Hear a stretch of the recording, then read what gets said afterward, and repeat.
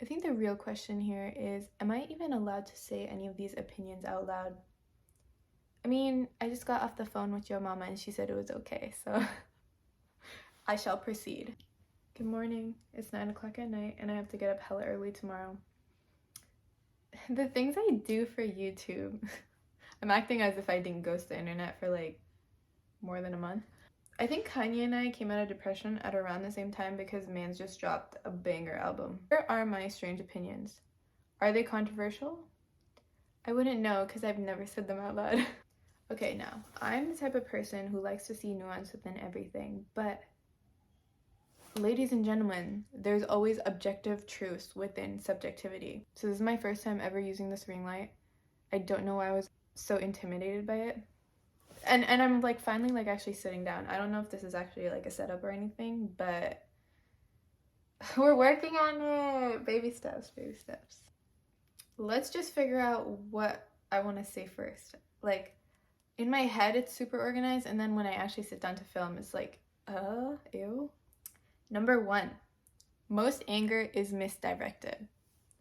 If you really end up looking into it, most anger is misdirected anger. Like whether that's toxic family dynamics or angry people who use the internet. If you really think about it, you can literally be at the wrong place, wrong time. Like for example, if you're the family black sheep or a scapegoat or whatever, it could be the most random thing. The caregiver in the family could be having a bad day and you just happen to be there, and you could just end up being in a position of all this anger that has nothing to do with you, right? They could just have a shitty day at work, or someone could be having a shitty day that they can't take their anger out in a healthy way or at the actual person that, you know, is affecting them. So they take it out on whoever they can. And even angry people on the internet, like, if you bitches had a life, I don't think you'd be putting this much energy into arguing with people online. I think there's a psychiatrist. I wish I could cite him. Can you do citations in a YouTube video?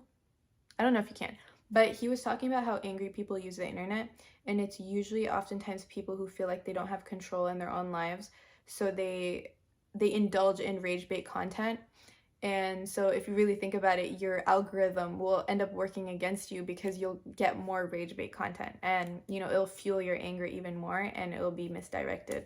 And obviously the person who's posting rage bait content, they know that about you. Like, you need to understand that people are always trying to manipulate you, bro. So you're just giving the person who posted the content views, and you're not actually getting across to the person you're arguing with.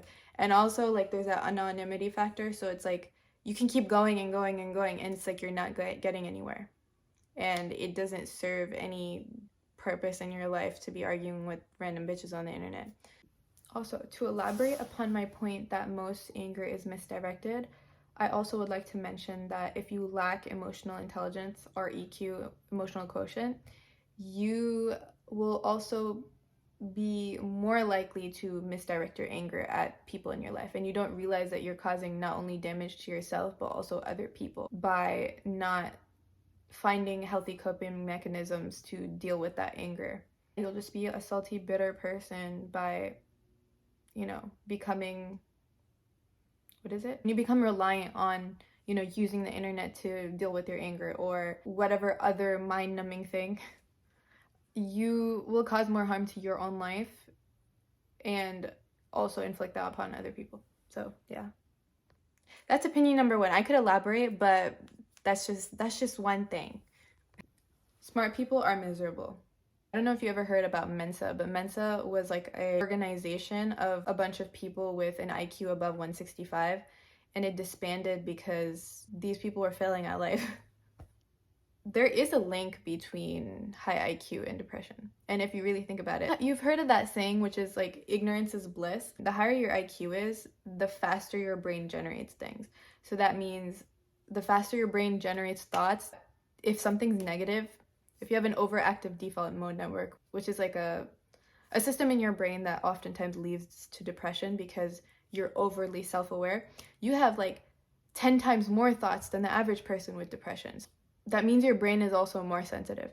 Like, if you actually do research on like the smartest people who have ever existed, you know, these savants, Alan Turing and Albert Einstein and Vincent van Gogh and, you know, just Leonardo da Vinci, these motherfuckers were either mentally ill or unsocialized, you know? So every gift comes with a price. So I know everybody's like, oh, I want to be smart. I want to be smart. It's not that fun. It's really not that fun. Would I call myself smart? I don't know. But am I mentally ill? Yes. Okay, so this is a devious hypothesis. I don't know if it's an opinion, but what if Darwin was a furry? He had to have been a furry, bro. Here's a little story, right? So I had a little crush on one of my professors, right? You know, he was a physiology, there's something about intelligence, like when I see someone smart. Okay, so we're talking salt and pepper, smart, you know, wore the Lululemon dress suits or dress shirts and was jacked. You know, it made class interesting, it made class fun, you know, we'd always be arguing. I'd always be arguing with him because he was wrong most of the time. And I'd be like, no, you're wrong. And he'd be like, no, you're wrong. And so, yeah, we'd be arguing over test results, right? All attraction flew out the window when this man said with his chest, when we used to be monkeys. I was like, what? Monkey, what? What do you mean? I was like, you couldn't have just been a smart professor that like shut his mouth and just like stood there and was cute and just taught us what we needed to learn. Like, you had to say when we were monkeys. Like, I just wanted you to be cute, smart, eye candy. Like, what is this? Anyways. And I just be thinking in the back of my head, like, why you want to be a monkey so bad, bro? Like, even if you were theoretically correct, like, why do you want to be flexing that? Like, the fact that you was a monkey. Bro, if Darwin was alive, I wouldn't even be able to help myself from clowning his ass. Like, him and I would be beefing, bro. Oh, you a monkey? No wonder you was ooh-eyeing your way in here. Bro, he think he a monkey. Bro, come here, bro. Let me see what's in that cup. Is that monkey juice? Bro, he drinking monkey juice. Oh, you a monkey? Say it with your chest, bro. Come here. Peel that banana with your toes and eat it. Let me see. Fuck out of here. Like, okay, I'll stop, I promise. But what you mean you a monkey? Like, ooga booga. That's my thing about Darwin. I don't know. It's like if you say anything about you being a monkey, I'll literally lose attraction for someone, because it's like I'll start looking at you and thinking of you as a monkey, because bitch. Gangs, cults, frats, and sororities are all basically the same thing. The only difference is lifestyle. You can't tell me a frat is not a cult. Like, the weird rituals, the hazing, I don't even know, bro. Like, I have you seen Bama Rush? Like, what in the heck? I feel like a foreigner. I feel like an alien watching that shit. Like, I don't understand fraternities. Like, I think I'd be the last candidate that would ever get into one or would want to be in one. So educated rich people go to sororities and frats. Uneducated rich people end up in cults. And then as brown people, if you're brown and poor, then your only option is a gang, my dude. Just kidding. I'm literally kidding. I'm sorry. Uneducated religious or spiritual people also end up in cults. Like, we're thinking, you know, 19 Kids and Counting, FLDS, Keep Sweet, Pray and Obey. Homeschooled Mormons, you know, they end up in cults. And there's not much difference between a fraternity, gangs, and cults, because these are the things that they all have in common.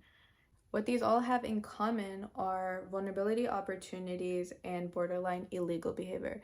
They prey on people's lifestyle that there are vulnerability in. Like, if you've heard of twin flames, like, they basically preyed on people who were vulnerable in their love life and also spirituality. Like, they promise to give you something. And gangs offer protection, or if you have no money, it's protection and also opportunities.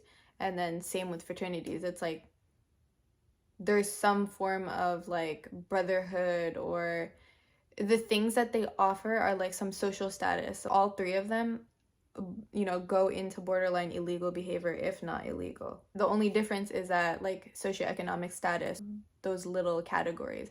And I also think that political affiliation or political party affiliation is somewhat related, but I would put it into a different category in my head for some reason. That I think that's more so based on identity politics and like stuff like that. And also, you'll notice that all three of those categories, as far as like gangs, cults, fraternities, sororities, it's like this like, oh, like elitism, or oh, you can't get in, my thing is better than yours, da-da-da-da-da. It's almost like this, we're closed off, we're cooler than everybody else. And I think it's strange. I think it's a very strange phenomenon. Humans are weird. They really are. And I feel bad for people who fall victim to all three of those things. Because hazing, I don't know how that's not illegal, but it literally happens. Like, and I think, I don't know, bro. Like, I just don't get it. I really don't get it. It's like, imagine being educated and rich and then ending up like dying because of hazing. I don't know, bro. Analogy would be like winning the lottery twice and then giving all that money to the IDF. Like, that's how counterintuitive it is. I'm not saying all frats are like that, because they probably, I wouldn't know, but seeing that, like, just watching Bama Rush, for example, you could see it in these girls' eyes, like the toll it's taking on their mental health to be getting up at like extreme hours and being like basically bullied. And it's just weird, bro. It's a cultural phenomenon that I don't understand. And yeah, I don't know. Okay, so last one. Also, I have another one that I feel like could be a topic within itself, which would be about feminism. And then this one kind of relates to it a little bit, but basically Karen culture is rampant in politically correct spaces, and I think I find myself distancing myself from it as an adult because of that. Like, low-key politically correct, I don't know, like you call it SGW spaces, whatever, like y'all bitches be argumentative for no reason. Like, I feel like everyone's playing this game of like oppression Olympics, like, oh, my life is harder than yours sucks, blah, blah, blah, blah, like you hurt me, like I'm just a victim in my life. It's just like,